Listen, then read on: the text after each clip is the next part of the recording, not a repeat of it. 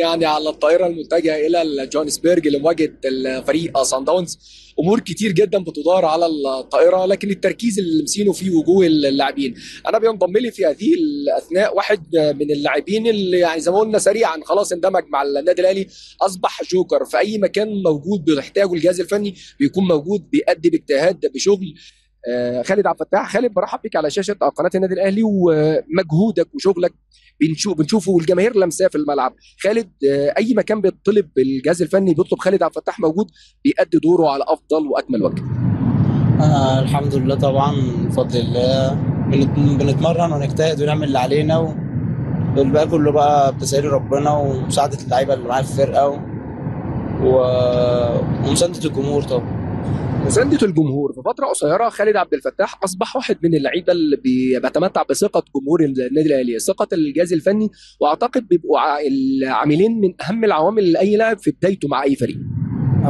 طبعا، أهم حاجة في لعيب الكورة الثقة وثقة الجمهور، خصوصا لو بتلعب في نادي جماهيري. فالحمد لله أنا الأمور معايا بدأت كويسة جدا. بدأت ماتش ديربي، ماتش زمالك، كسبنا 3-0. فالحمد لله النتيجة. الحمد لله طبعا. فنتيجة كبيرة قدام نادي كبير، ماتش مهم، دوري قمة. الماتشات دي طبعا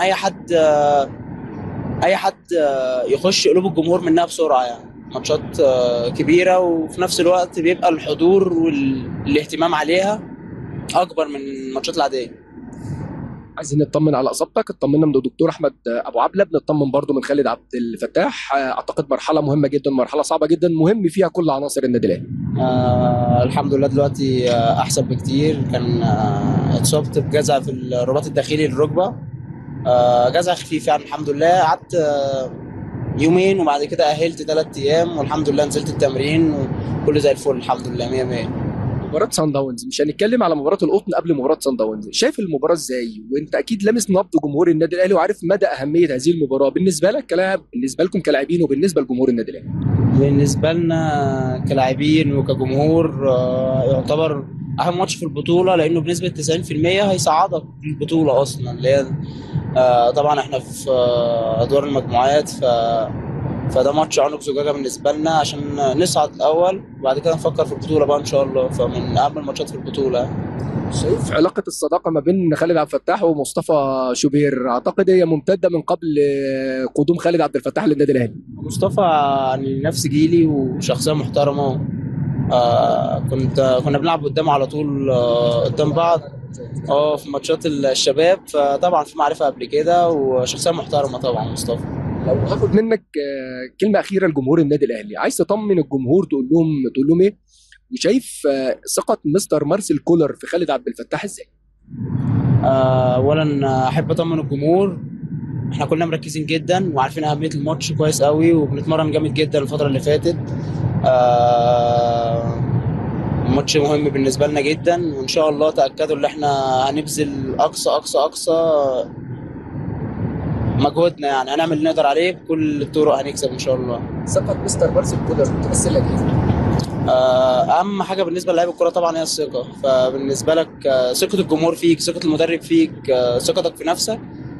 هو ده لعيب الكوره. لو انت عندك امكانيات كبيره جدا ولاعيب جامد جدا، زي ما بتشوف في لعيبه كبيره جدا وجامده جدا، ساعات تحت ضغط الجماهير ما فيش ثقه، بتحس ما فيش ثقه، ما يبقاش ده مستواهم، وده العادي يعني. فلا، الثقه طبعا هي لعيب الكوره، هي اللي بتخليك تطلع كل حاجه من غير ما تفكر وتعمل حساب لاي حاجه. فهي دي، انت لعيب كوره مش محتاج غير ثقه. احنا معانا في هذه الاثناء واحد من اللاعبين اللي يعني شخصيه النادي الاهلي، واحد من ابناء النادي الاهلي، تربى في قطاع الناشئين في النادي الاهلي، اجتهاد، شغل، اخلاص، المهاره موجوده، واحد من اللعيبه اللي دايما بيظهر. ورجل المباراه الكبرى احمد عبد القادر. عبد القادر، برحب بيك على شاشه قناه النادي الاهلي، ومرحله صعبه جدا يا عبد القادر.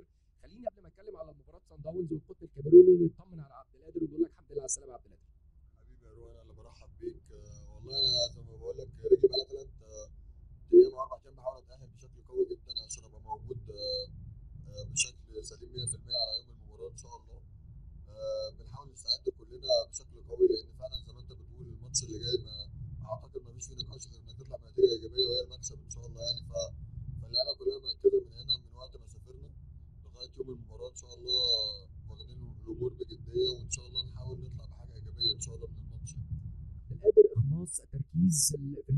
90 دقيقة مهمة صعبة جدا. عبد القادر شخصية النادي الأهلي، واحد من اللاعبين اللي اتربى داخل بيت النادي الأهلي، عارف قيمة النادي الأهلي وقيمة إسعاد جماهير النادي الأهلي. أعتقد كلها أمور جدا يعني بتفسر حاجات كتير جدا لعبد القادر في مشواره مع النادي الأهلي. والله زي ما انت قلت انا بقالي فعلا فتره كبيره جدا في النادي، يمكن فوق 13 سنه. عارف من صغري ان لما بندخل بطوله لازم نلعب عليها ايا كانت، سواء افريقيه او محليه او حتى بطوله وديه. فاعتقد ان البطوله دي مش بطوله عاديه، او بطوله ان هي ان احنا ما ناخدهاش بامور جديه. فاعتقد ان الماتش اللي جاي ده هو المفصل بتاع البطوله كلها. لازم على قد ما نقدر ان احنا نطلع بنتيجه ايجابيه من الماتش ده، لان اعتقد لا قدر الله اي نتيجه غير ايجابيه في الماتش ده بتبقى امور صعبه جدا علينا يعني. مروان، حاسس إن هو موجود في النادي الأهلي بقاله فترة طويلة، أعتقد كلها أمور سهلت عليك بدايتك مع النادي الأهلي. اكيد طبعا، لا اكيد طبعا، من اول يوم دخلت في النادي وانا مش حاسس ان انا غريب. اللعيبه بتدخلك الاجواء بسرعه، اللعيبه كلها بتحب بعض. في لعيبه انا اعرفها في كانت معايا في المنتخب، فالدنيا مش غريبه يعني ولا بعيده، فالحمد لله يعني الواحد اتاقلم بسرعه. الحمد لله بره الملعب وجوه الملعب الحمد لله يعني. هو الملعب والناس شافته بره الملعب بقى يا مروان. حب زمايلك وحبنا لبعض يعني، ودي اهم حاجه في الكوره، ان اللعيبه تبقى بتحب بعض. سمة مهمة جدا داخل النادي الأهلي وأوضة اللبس ودور كباتن النادي الأهلي.